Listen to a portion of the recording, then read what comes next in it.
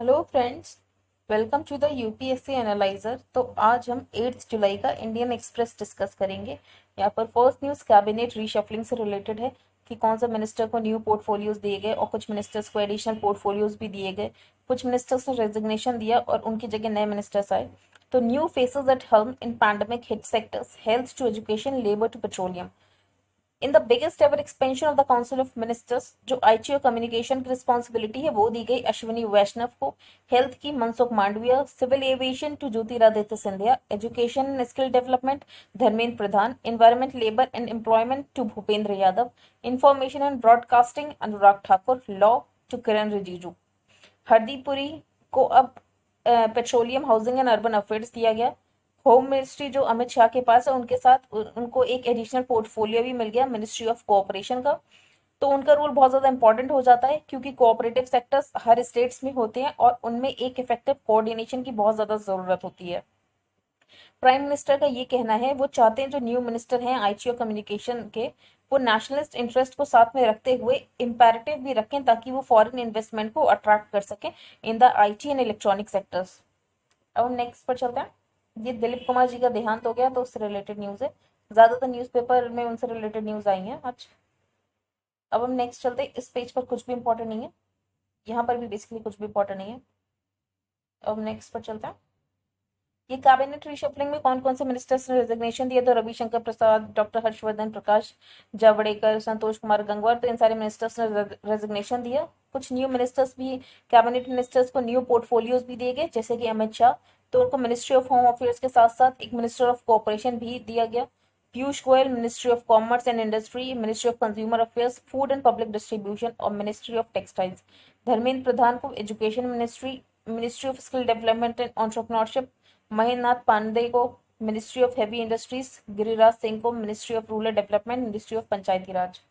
और साथ ही विमेन को इंडक्ट किया गया, इस बार 7 और महिलाओं को इंडक्ट किया गया है। जो 1/5 मिनिस्टर्स हैं वो यूपी से हैं, तो हो सकता है इस बात का ध्यान रखा गया हो कि यूपी में अब असेंबली पोल्स आने वाले हैं, तो उसको ध्यान में रखते हुए ज्यादातर 1/5 मिनिस्ट्री यूपी में दी गई है। अब हम नेक्स्ट पर चलते हैं। यहाँ पर सेम वो दिलीप कुमार के ऊपर ये पीस ऑफ आर्टिकल है। नेक्स्ट हम चलते हैं। ये दोनों भी दिलीप कुमार के ऊपर ही ये पीस ऑफ एडिटोरियल्स है। अब हम नेक्स्ट पर चलते हैं। तो हम ये वाला एडिटोरियल डिस्कस करेंगे बियॉन्ड चाइना। तो अभी आपको पता होगा हमारे प्राइम मिनिस्टर ने दलाई लामा को विश किया था उनके बर्थडे पर। तो इससे चाइना और इंडिया के डिप्लोमेटिक रिलेशंस पे कुछ तो फर्क पड़ेगा ही, क्योंकि जैसे कि चाइना है वो हमारी सेंसिटिविटीज का ध्यान नहीं रखता था, तो अब इंडिया भी इनसेंसिटिव हो गया टुवर्ड्स चाइना। तो ये भी शो करता है। तो in addition to his position as the spiritual leader of Buddhist around the world, तो दलाई लामा एक स्पिरिचुअल लीडर तो है ही बुद्धिस्ट के, साथ ही उनका पर्सोना ऐसा है कि डीप एथिकल इंसाइट और ह्यूमैनिटी वाली बात है, लेकिन उसके बाद भी वो एक पॉलिटिकल सिंबल भी है। फॉर मेनी तिब्बतन्स वो एक रिप्रेजेंट करते हैं idea of freedom, right to religious and cultural practices, जो कि चाइना ट्रैम्पल डाउन करता है। इंडिया में उनकी प्रेजेंस ये दिखाती है कि इंडिया स्पिरिट ऑफ ओपननेस और हॉस्पिटैलिटी के लिए कितना ओपन है। इसलिए ये कोई सरप्राइज की बात नहीं है कि हमारे प्राइम मिनिस्टर ने दलाई लामा को विश किया उनके बर्थडे पे। साथ ही बहुत सारे कैबिनेट मिनिस्टर्स ने भी किया। तो अनफॉर्चुनेटली जो उनका पर्सोना है और जो ऑफिस है रिलीजियस और मोरल लीडर का, वो सिर्फ एक प्यादा बन के रह गया इंडिया और चाइना के बीच की रिलेशनशिप का। अगर हम देखें तो बर्थडे विशेष बहुत सारे स्टेट्स ने की थी जो चाइना के साथ बॉर्डर शेयर करते हैं, जैसे कि Arunachal Pradesh, Sikkim. This has come at a time when the memory of the tension along the border in Ladakh is fresh. तो लद्दाख में जो स्टैंड ऑफ चल रहा है तो उसकी अभी यादें ताजा ही हैं। साथ ही China has been loudly objecting to India's involvement in the Quad. तो क्वाड में जो चाइना इंडिया की इन्वॉल्वमेंट है, तो उससे उसके लिए भी चाइना बहुत ऑब्जेक्ट कर रहा है कि इंडिया क्यों क्वाड में इन्वॉल्व हो रहा है। But rewind to as recently as March 2018, Indian government ने नोटिस जारी किया था गवर्नमेंट फंक्शनरीज को कि जो भी तिब्बतन लीडर्स एग्जाइल में हैं और जो भी वो इवेंट्स ऑर्गेनाइज कर रहे हैं, तो उससे ये गवर्नमेंट फंक्शनरीज अपने आप को दूर रखें। तो हम यहाँ पर देख रहे हैं कि इंडियन गवर्नमेंट का थोड़ा स्टैंड चेंज हुआ है। But rewind to this as recently as March 2018, ये वाली बात मैंने आपको बता दी। तो that respect for Beijing's sensitivities had come soon after the standoff at Doklam में 2017। तो बीजिंग की सेंसिटिविटी का हम ध्यान रखते थे। उसके बाद इनफॉर्मल समिट भी हुई थी प्राइम मिनिस्टर मोदी और प्रेसिडेंट जी जिनपिंग में। और its part China step up its support to insurgent groups. और इसके अगर हम देखें चाइना क्या करता है, तो चाइना इंसर्जेंट ग्रुप को सपोर्ट करता है नॉर्थ ईस्ट में। तो as a mature state in a regional power with a set of core values, ये टाइम है कि इंडिया दलाई लामा और तिब्बतन कम्युनिटी को एक कार्ड की तरह डिप्लॉय करना बंद करे चाइना के अगेंस्ट। न्यू दिल्ली को रियलाइज करना चाहिए कि तिब्बतन कार्ड ये may be more about optics than any substantial impact on India China ties. तो ये सिर्फ ऑप्टिक्स की तरह हो सकता है, इसका कोई सब्सटेंशियल इम्पैक्ट नहीं पड़ सकता इंडिया चाइना टाइज पर। Equally, the public conversation around the Dalai Lama needs to move beyond the China prism. तो जो पब्लिक कॉन्वर्सेशन होती है वो हमेशा दलाई लामा के लिए चाइना के प्रिज्म के होकर जाती है कि चाइना क्या सोचेगा, चाइना क्या नहीं करेगा, तो हम उसे डिप्लोमेटिक रिलेशंस के तौर पर देखते हैं, वैसा नहीं करना चाहिए। As representatives of a country that has home to a revered figure to non-Buddhist and Buddhist alike, तो इट इज इम्पोर्टेंट जो डिग्री है of respect Indian leaders and officials display from the Dalai Lama, तो इस बार जो दलाई लामा के लिए रिस्पेक्ट दी गई है उनके बर्थडे पर, तो वो हम जारी रखें and stand on its own terms. ये यहाँ पर स्टेट्स ऑफ अनसर्टेनिटी, तो कभी कभी स्टेट को बहुत ज्यादा बोरो करना पड़ रहा है आरबीआई से, फिर हमने देखा बोरोइंग कम हो गई, तो क्यों बोरोइंग कम हो गई, तो सेंटर को टैक्स डिवोल्यूशन ज्यादा करना चाहिए स्टेट्स को और स्पेंडिंग ईज करनी चाहिए। तो आरबीआई जब ऑप्शन करता है स्टेट डेवलपमेंट लोन्स या बॉन्ड्स, जो कि प्री डोमिनेंट सोर्स होते हैं स्टेट गवर्नमेंट के लिए मनी रेज करने के लिए, ताकि वो अपने फिस्कल डेफिसिट को फाइनेंस कर पाए, तो 2020-21 में जो ग्रॉस अमाउंट रेज हुआ था वो 8 ट्रिलियन पर पहुंच गया था। 6.3 ट्रिलियन उससे पहले साल में था, तो यहाँ पर बढ़ गया था। लेकिन उसके बाद देखिए अभी रिसेंटली इसमें कम देखा गया है कि जो स्टेट्स है वो कम लोन रेज कर रहे हैं। तो ऐसा क्यों है? पहला, एडिशनल टैक्स डिवोल्यूशन किया गया है 450 बिलियन का सेंटर इन लेट मार्च, तो एक रीजन ये हो सकता है। दूसरा, हाई जीएसटी कलेक्शंस हुए हैं। तीसरा, सब्सटेंशियल ग्रांट्स मिले हैं सेंटर के द्वारा स्टेट्स को up to 436 billion 15 finance commission के रिकमेंडेशंस के बेसिस पर। There are some sort of other critical factors as well, जिसके वजह से स्टेट वाइड डिफरेंसेस होते हैं बोरोइंग में, जैसे कि सारे स्टेट्स ने अलग अलग टाइम पे अनलॉकिंग की, तो कोई स्टेट ज्यादा देर तक लॉकडाउन में रहा, ज्यादा टाइम तक लॉकडाउन में रहा, तो उनको इकोनॉमिक इम्पैक्ट ज्यादा पड़ा, तो उन्हें ज्यादा बोरो करने की जरूरत पड़ी। साथ ही वैक्सीन एडमिनिस्ट्रेशन कैसा हो रहा है उस स्टेट में, ताकि वहां पे इकोनॉमिक डिस्ट्रप्शन कम से कम हो सके, तो इस बात पे भी डिपेंड करता है कि किस स्टेट ने कितना बोरो किया। दूसरा, the eventual calendar for raising back to back loans with the GOI to compensate states for the loss in the GST revenue. तो जीएसटी रेवेन्यू में जो लॉस हुआ था, तो उसके चलते जो सेंटर को जीएसटी कॉम्पनसेशन देना पड़ता है स्टेट्स को, तो उसके लिए भी सेंटर ने लोन अरेंज करवाए स्टेट्स के लिए, तो इस कारण स्टेट को कम बोरिंग करनी पड़ी। Third, the quantum and timing of tax devolution will also play a role, की कब टैक्स डिवोल्यूशन किया गया, तो इस बार जैसे अभी मार्च में डिवोल्यूशन हो गया, तो स्टेट्स ने इस बार इसलिए कम बोरो किया। तो सबसे ज्यादा इंपॉर्टेंट ये है कि जो टैक्स डिवोल्यूशन है सेंट्रल गवर्नमेंट के द्वारा स्टेट्स को उसको एक्सेलरेट किया जाए, ताकि अगर कोई भी आगे अनसर्टेन ईयर हो तो स्टेट्स अपनी एक्सपेंडिचर को एक्सेलरेट कर सकें without borrowing being pushed up into the next 2 quarters, मतलब बार बार उनको बोरो ना करना पड़े, स्टेट सेंटर अपने आप ही टैक्स डिवोल्यूशन बढ़ा दे टुवर्ड्स द स्टेट। ये जो आर्टिकल इनसिक्योरिटी अमिट सेंचुनरी, तो ये चाइना की कम्युनिस्ट पार्टी के लिए कि उनकी सेंटेनरी थी, तो वहां पर क्या बोला उन्होंने, तो ये मुझे नहीं लगता कि ये ज्यादा इंपॉर्टेंट है। यहाँ पर मिस्टर सिब्बल आई डिसएग्री, बस इसमें मुझे आपको ये बताना है कि जवाहरलाल नेहरू कैसे कम्युनलिज्म को देखते थे। तो Jawaharlal Nehru, while addressing an open session of the All India Congress Committee in New Delhi in May 1958, उन्होंने ये बोला था, communalism of the majority is far more dangerous than the communalism of the minority. जो majority का communalism है वो ज्यादा dangerous है अगर हम कंपेयर करें माइनॉरिटी के कम्युनलिज्म से। साथ ही उन्होंने ये भी बोला था कि जो मेजोरिटी का कम्युनलिज्म है वो नेशनलिज्म का एक गार्ब पहन लेता है, तो ही reason that such communalism wears the garb of nationalism. He also added, "We have thus communalism ingrained in us, and it comes out quickly at the slightest provocation."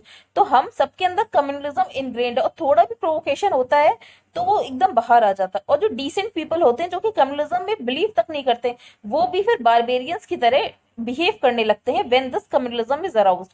तो उनके अंदर जो थोड़ा बहुत कम्युनलिज्म होता है और थोड़े प्रोवोकेशन से वो बाहर आ जाता है, तो नॉर्मल लोग, डिसेंट लोग जो कभी कम्युनलिज्म में बिलीव भी नहीं करते, तो वो भी बारबेरियंस की तरह बिहेव करने लगते हैं।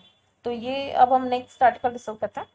There work to do on energy, तो एक क्लाइमेट क्राइसिस पर है कि स्टेट्स क्लाइमेट क्राइसिस को लेके कितना सीरियस है। तो Asia's richest man Mukesh Ambani has announce ₹75,000 crore of investment in clean energy. तो अभी मुकेश अंबानी ने अनाउंस किया कि वो 75,000 करोड़ रुपए क्लीन एनर्जी में इन्वेस्ट करेंगे। India US and climate energy agenda 2030 partnership was launched at the leader summit on climate called by US president जो बाइडन। साथ ही इंडिया यूएस क्लाइमेट और clean energy agenda 2020 partnership launch किया गया। जो United state है उन्होंने ये बोला है कि वो अपनी net green house gas emission 50 से 52% तक कम कर देंगे 2005 लेवल के कंपैरिजन में 2030 तक। इंडिया ने 450 गीगावाट रिन्यूएबल एनर्जी 2030 तक इंस्टॉल कर लेंगे। तो इस पार्टनरशिप में अभी सिर्फ फाइनेंस मोबिलाइजेशन की जरूरत है, साथ ही क्लीन एनर्जी डिप्लॉयमेंट को स्पीड अप करने की जरूरत है, इनोवेटिव क्लीन टेक्नोलॉजीज लाने की जरूरत है इंडस्ट्री में, ट्रांसपोर्टेशन में, पावर में, बिल्डिंग्स में, ताकि हम क्लाइमेट रिलेटेड इम्पैक्ट्स को लेकर उनके रिस्क को अडेप्ट कर सकें।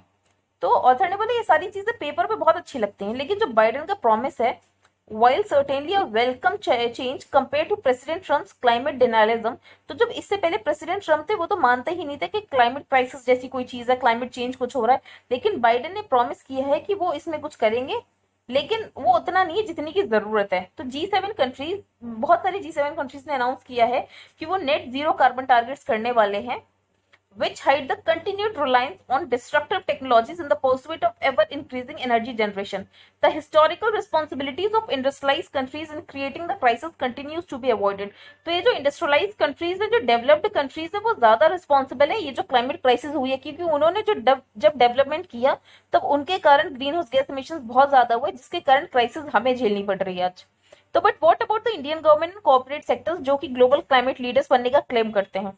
तो हमने देखा हमारे यहाँ रिन्यूएबल एनर्जी कैपेसिटी तो बढ़ाई जा रही है, साथ ही हमने इंटरनेशनल सोलर अलायंस भी बनाया, तो इसके लिए हमें अप्रिसिएशन तो मिला, लेकिन हम देख रहे हैं इसमें 4 क्रूशियल फ्लॉज हैं। पहला फ्लॉ ये है कि हम रिन्यूएबल एनर्जी तो सब्सटेंशियली इंक्रीज कर रहे हैं, लेकिन साथ ही साथ हम फॉसिल फ्यूल एक्सट्रैक्शन को भी बढ़ा रहे हैं। हम पैंडेमिक में देखें तो लगभग गवर्नमेंट ने 60 न्यू कोल माइनिंग ब्लॉक्स को ऑक्शन किया, बहुत सारे न्यू थर्मल पावर स्टेशन बनाए जा रहे हैं, तो इसमें माइनिंग की जा रही है बहुत बायोडाइवर्स फॉरेस्ट में सेंट्रल इंडिया के।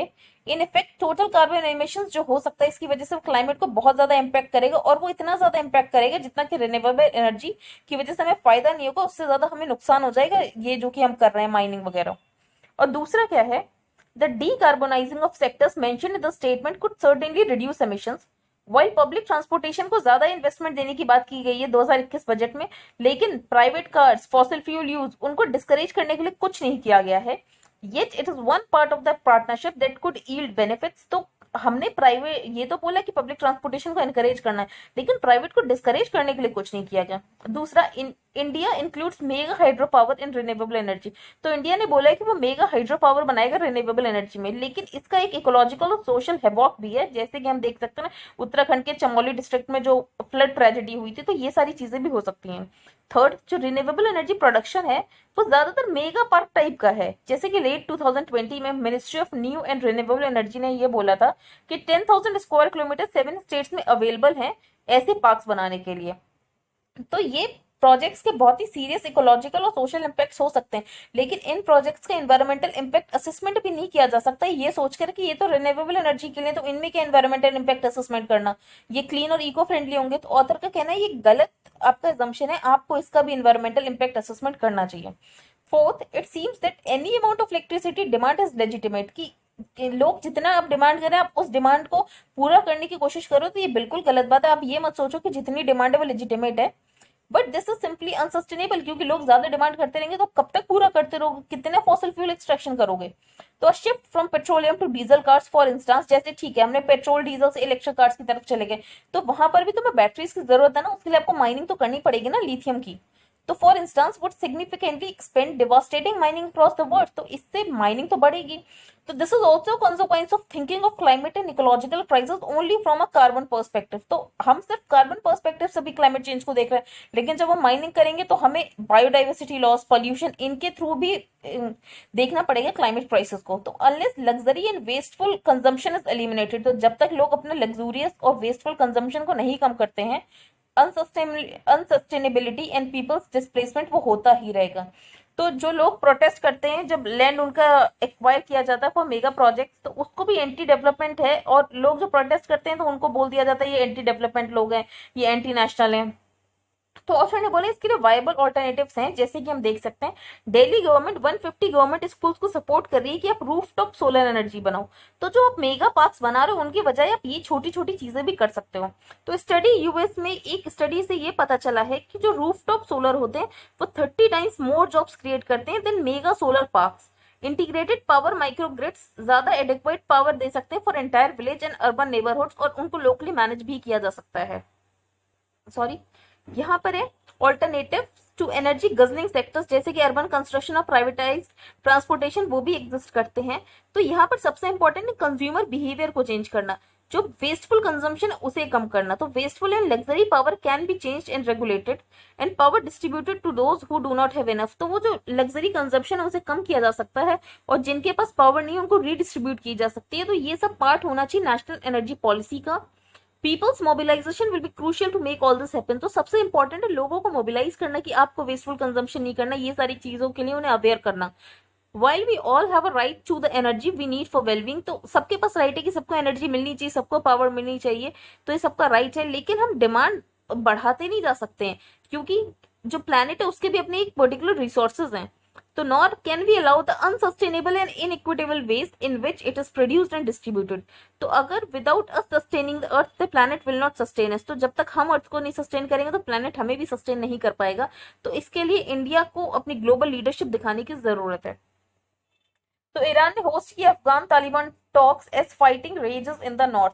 तो सबसे इंपॉर्टेंट ये है कि हम देख रहे हैं कि क्या क्या चेंज हो रहा है। जो शिया ईरान है वो आज तक सुन्नी तालिबान का दुश्मन था, फिर उसके बाद हम देख रहे हैं कि वो अफगान और तालिबान के टॉक्स को नेगोशिएट कर रहा है। उसके बाद वॉशिंगटन ने ईरान को एक्यूज किया था पहले कि जो ईरान है वो तालिबान फाइटर्स को एड प्रोवाइड करता है ताकि वो यूएस फोर्सेस के अगेंस्ट लड़े। मीनवाइल जो अपसर्ज है फाइटिंग में and the flight of thousands of members of the Afghan forces, जो तालिबान ने नदर्न अफगानिस्तान को कैप्चर कर लिया है और जो अफगान फोर्सेस है उन्हें भागकर तजाकिस्तान जाना पड़ा है। तो इसमें बहुत सारे डाउट्स अराइज होते हैं कि कैसे डील करके गए हैं यूएस तालिबान और अफगान के साथ कि इतनी ज्यादा इंसर्जेंसी बढ़ गई है। तो Iran on Wednesday hosted the first significant talks in months between Taliban and Afghan government representatives। तो फिर ये बहुत ही सरप्राइज की बात है कि यूएस के विड्रॉल करने के बाद अभी हम देख रहे हैं कि ईरान एक आर्बिट्रेटर का काम कर रहे हैं यहाँ पर। The Iran stands ready to assess the dialogue and to resolve the current conflicts in the country. तो ईरान ने ये बोला कि वो रेडी है कि वो एक डायलॉग कर रहा है और साथ ही जो करंट कन्फ्लिक्ट है उसको सॉल्व करे। तो जब हो जाएगा कन्फ्लिक्ट सॉल्व तो हमें पता चल जाएगा। यहाँ पे स्टिकर कैंपेन चल रहे हैं जो भी स्लेवरी रूट्स है न्यूयॉर्क सिटी में उसको टारगेट करने के लिए। तो कैंपेन का नाम है स्लेवर्स ऑफ न्यूयॉर्क। तो लगभग ऐसी 500 साइट्स हैं जो कि उन लोगों का नेम फिगर करती हैं जिन्होंने स्लेव्स को ओन किया था। तो many of the slave owners date from 17th century, जब न्यूयॉर्क का नाम न्यू एम्स्टरडैम था। तो इसमें बहुत सारे गवर्नर्स भी हैं, कॉलोनियल गवर्नर्स। तो इससे क्या पता चल रहा है, न्यूयॉर्क की हिस्ट्री पता चल रही है कि वहां पर स्लेवरी कितनी प्रेवलेंट थी। जैसे कि यहाँ पर को-फाउंडर का कहना है कि during the pandemic she had come across census documents online that showed New Yorkers in the number of slaves they owned. New York में स्लेवरी बहुत पहले से चल रही है, जब वो डच कॉलोनी था, मतलब एज लेट एज 1827। तो लोगों को इन चीजों के लिए अवेयर करना, तो इसके लिए कैंपेन चल रहा है। अब हम नेक्स्ट पेज पर चलते हैं। यहाँ पर पीयू रिसर्च के बारे में पता चला है कि इंडिया में रिलीजियस डाइवर्सिटी कैसी है, कौन सी मिनोरिटी कौन सी मेजोरिटी क्या बिलीव करती है। तो रीसेंट सर्वे लगभग 30,000 इंडिविजुअल्स का किया गया बाय पीयू रिसर्च सेंटर, और सर्वे का नाम था religion in India tolerance and segregation. तो इसमें ये पता चलता है कि ज्यादातर इंडियंस रिलीजियस डाइवर्सिटी को रिस्पेक्ट करते हैं, लेकिन उसके बाद भी जब शादी करने की बात आती है किसी और कम्युनिटी में, तो फिर वहां पर उन्होंने अपनी क्लियर लाइन सेट कर रखी कि नहीं, हम दूसरी कम्युनिटी में शादी नहीं करेंगे। More Indians see diversity as a benefit. तो ज्यादा इंडियंस देखते हैं कि जो डाइवर्सिटी है इंडिया में वो एक फायदा है, ना कि वो एक लाइबिलिटी है for the country. Again 84% of the Indians believe that respecting all religions is very important to being truly Indian, कि सच्चा भारतीय होने के लिए बहुत जरूरी है। 84% लोग ऐसा मानते हैं कि सच्चा भारतीय होने के लिए ये बहुत जरूरी है कि आप सारे रिलीजन्स को रिस्पेक्ट करें। और 80% लोग ये मानते हैं कि दूसरे रिलीजन को रिस्पेक्ट करना उनके रिलीजन का पार्ट है। And yet about 2 in every 3 Indians बहुत ही हाई प्रायोरिटी रखते हैं कि वो इंटरफेथ और इंटरकास्ट मैरिजेस नहीं होने देंगे। तो Indians do simultaneously express commitment to religious tolerance and a consistent preference for keeping their religious communities in segregated spheres. तो इंडियंस ये साइमल्टेनियसली एक्सप्रेस करते हैं कि वो रिलीजियसली टॉलरेंट हैं, और साथ ही वो कंसिस्टेंट प्रेफरेंस देते हैं कि लोग अपनी रिलीजियस कम्युनिटीज को सेग्रीगेटेड स्फेयर्स में रखें।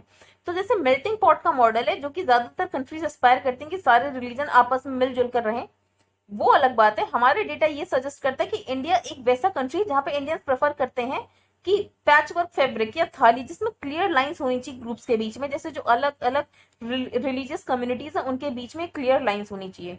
अगर हम नेबर्स देखें तो large section among the minority communities, तो ज्यादातर माइनॉरिटी कम्युनिटी का ये कहना है कि वो विलिंग है किसी भी हिंदू के आसपास रहने के लिए। लेकिन अगर हिंदूज को देखें तो वो भी विलिंग है किसी भी मुस्लिम, क्रिश्चियन या जैन के आसपास रहने में। लेकिन ज्यादातर हिंदूज को इसके लिए रिजर्वेशंस भी हैं। फॉर एग्जांपल 36% विलिंग नहीं है मुस्लिम के अगेंस्ट रहने के लिए, तो वो किसी और माइनॉरिटी कम्युनिटी के अगेंस्ट तो रहने के लिए विलिंग है, पर मुस्लिम्स के पास रहने के लिए विलिंग नहीं है 36%। अभी ट्रिपल तलाक के लिए जो एक्ट आया था उसमें मेजोरिटी ऑफ मुस्लिम्स ये बोलते हैं कि वो against it triple talaq, with women more oppose to it than men. तो ज्यादातर औरतें इसके खिलाफ हैं अगर हम आदमियों से कंपेयर करें। तो the survey also found 3/4 of Muslims in favour of having access to their own religious codes for family disputes. तो सर्वे ने ये भी देखा कि जो 3/4 मुस्लिम्स हैं वो इस बात में फेवर करते हैं कि वो अपने ओन रिलीजियस कोर्ट में जाएंगे फैमिली डिस्प्यूट्स के लिए। मुस्लिम का जो ओपिनियन है ट्रिपल तलाक में वो डिफरेंट है, तो वो बहुत सारे फैक्टर्स पे डिपेंड करता है। फॉर एग्जांपल जिन मुस्लिम्स के पास कॉलेज डिग्रीज हैं तो वो ज्यादा सपोर्टिव है triple talaq as compare to वो मुस्लिम्स जो लेस एजुकेटेड हैं। And Muslims who say religion is very important in their life are more likely to support triple talaq than those who say religion is less important. तो जिनके life में, Muslims के life में religion बहुत ज्यादा important है तो वो ट्रिपल तलाक को सपोर्ट करें एज कम्पेयर टू दोस्त जिनके लाइफ में रिलीजन उतना इंपॉर्टेंट नहीं है तो वो ट्रिपल। अब बीइंग हिंदू और मुस्लिम, for most Hindus and Muslims, avoiding beef and pork respectively is central to the idea who is truly Hindu or Muslim। तो ज्यादातर हिंदूज और मुस्लिम्स को ये लगता है कि सच्चा हिंदू वही है जो बीफ को अवॉइड करे और सच्चा मुस्लिम वही है जो पोर्क को अवॉइड करे। A majority of both groups also say a person can't be Hindu or Muslim respectively if they celebrate each other festivals। तो ज्यादातर मेजोरिटी हिंदू मुस्लिम ज्यादातर कम्युनिटी में यही बिलीव करती है कि अगर हिंदू मुसलमान के त्यौहार मना रहे हैं या मुसलमान हिंदू के त्यौहार मना रहे हैं तो फिर वो हिंदू या मुस्लिम नहीं है। तो majority of both groups also say a person can't be a Hindu और मुस्लिम रिस्पेक्टिवली अगर वो दोनों के त्यौहार मना रहा है। The shares of Muslims who say namaz and visiting mosque essential to being Muslim. तो लगभग 67% मुस्लिम्स का ये कहना है कि आप तभी मुस्लिम हैं जब आप नमाज अदा करते हैं और साथ ही मॉस्क को विजिट भी करते हैं। अब साथ ही में ये बहुत ही शेयर हायर है than the share of Hindus. उनका ये कहना है कि अगर पर्सन नहीं भी प्रेयर्स कर रहा है और ना ही टेम्पल्स को विजिट कर रहा है उसके बाद भी वो हिंदू हो सकता है। तो ये सारी सर्वे किया गया था प्यू रिसर्च के द्वारा। यहाँ पे एनएफटी की बात की गई, नॉन फंजिबल टोकन्स। तो नॉन फंजिबल टोकन्स क्या होते हैं? तो ये डिजिटल एसेट्स होते हैं। इनकी बहुत सारी कॉपीज तो होगी इन डिजिटल एसेट्स की, लेकिन जो इनको बाय करेगा वही क्लेम कर सकता है इनकी ओनरशिप, भले इनकी मल्टीपल कॉपीज हो ऑनलाइन। तो NFT stands for non fungible token which means non replaceable. Although ये 2014 से है लेकिन पिछले साल से बहुत ज्यादा बढ़ गए हैं और ये बहुत महंगे महंगे दामों में बेचे भी जा रहे हैं और लोग इन्हें खरीद भी रहे हैं। तो एनएफटी इमेजेस ये बेसिकली डिजिटल एसेट्स होते हैं और जो इनको खरीदता है वही इनकी ओनरशिप को क्लेम कर सकता है। अब आगे चलते हैं। हम ये देख रहे हैं Covid divide, MSMEs hit while large companies gain from low rates. तो एमएसएमईज को बहुत नुकसान देखने को मिला है कोविड की वजह से। तो evidence from both advanced and emerging economies show that smaller sized firms are relatively more vulnerable to extended periods of lockdown। तो smaller sized firms ज्यादा vulnerable हैं अगर लॉकडाउन बढ़ता है। तो larger firms may have found it easier, तो larger firms के लिए बहुत आसान होता है to cut cost, अपनी कॉस्ट को कट कर सके। In India although the interest coverage ratio deteriorate हो गया था all size categories के लिए, लेकिन smaller firms इससे ज्यादा impacted थी। तो rise in profits and a sharp decline in borrowing cost led to recovery in their interest coverage ratio। तो अभी उनका interest coverage ratio थोड़ा थोड़ा ठीक होने लगा है। अब यहाँ पे एमएसएमई डेफिनेशन में होलसेल ट्रेडर्स और रिटेल ट्रेड को भी इंक्लूड कर लिया गया है, तो अब उनके लिए प्रायोरिटी सेक्टर लेंडिंग में लोन लेना आसान होगा। तो reserve bank of India on Wednesday said all banks and financial institutions अब रिटेल और होलसेल ट्रेड को micro, small and medium enterprises की डेफिनेशन में इंक्लूड कर लें ताकि उनके लिए भी पीएसएल लेंडिंग में लोन लेना आसान हो। यहाँ पर to give better control over state companies DP merged with finance ministry. तो डिपार्टमेंट ऑफ पब्लिक एंटरप्राइज को मर्ज कर दिया गया फाइनेंस मिनिस्ट्री के साथ। तो पहले जो ministry of heavy industries and public enterprises था उससे पब्लिक एंटरप्राइजेस निकाल के फाइनेंस मिनिस्ट्री को दे दिया गया है। और जो पेरेंट मिनिस्ट्री थी पहले डीपीई, अब उसका नाम सिर्फ मिनिस्ट्री ऑफ हेवी इंडस्ट्रीज हो गया है। ठीक है, तो पहले ministry of heavy industries and public enterprises था तो उसका नाम अब मिनिस्ट्री ऑफ हेवी इंडस्ट्रीज हो गया है। पब्लिक एंटरप्राइजेस को मर्ज कर दिया गया है फाइनेंस मिनिस्ट्री के साथ। तो आई थिंक आपको आज का न्यूज़पेपर समझ आया होगा। If you like the video then please like, share and subscribe. Thank you and have a nice day.